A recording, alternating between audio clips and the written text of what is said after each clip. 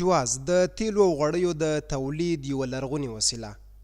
دلته د اوښ حواس د ګرځېدو له برکته له دغې لرګیو جوړې وسیلې څخه داسې تیل تولیدېږي چې موندل یې که په ټول هېواد کې ناشونې نه وي خو ګران هرومرو دي. په دې پخوانۍ وسیله کې له کونځلو، زغرو او دې ته ورته دانهجاتو څخه تیل ترلاسه کیږي. ځوان نجیب الله چې دغه جواز کې کار کوي وایي دغه وسیله دته له پلار او نیکه څخه په میراث پاتې ده.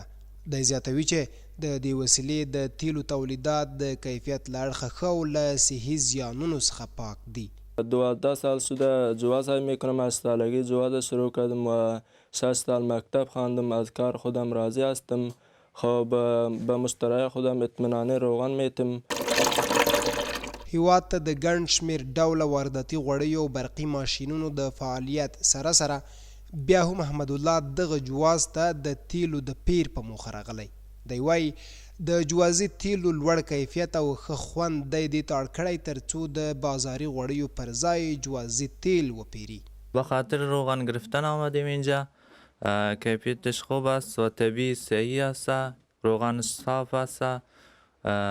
از بازار که روغنای بازاری که خوب است. روغن کنجد. د جوازي تیلو بیه د کنځلو او زغرو د دانهجاتو له بیې پورې تړلې ده.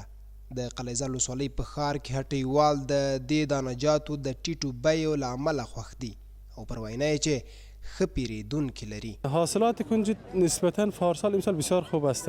پارسال خیلی کم بود، یعنی هوا زده بود یا کدام تاثیرات دیگه آمده بود یا که آب کم بود، اما امسال خیلی خوب است ماشاءالله. ویل کېږي جواز د زغرو او کنځلو تیلو د تولید په برخه کې یوه لرغونې او ارزښتناکه وسیله ده چې اوس مهال د کندوز سربیره په یو شمېر نور ولایتونو کې هم خلک ترې ګټه اخلي.